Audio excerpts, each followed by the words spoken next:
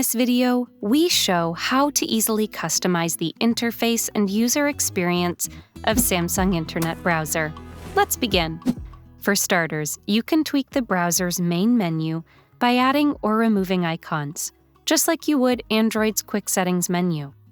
Tap the hamburger icon in the lower right corner of the screen, and long press any of the options to get started. You can show or hide the status bar, tab bar, or bookmark bar, or change the position of the address bar from top to bottom for better reachability. The options can be found under Layout and Menus on the Settings page. Next, navigate to Web Page View and Scrolling to change the position of or hide the scroll bar. You can also tweak text size on web pages, turn zoom, activate or deactivate zooming on pages, customize the font size on websites, or always use desktop layout.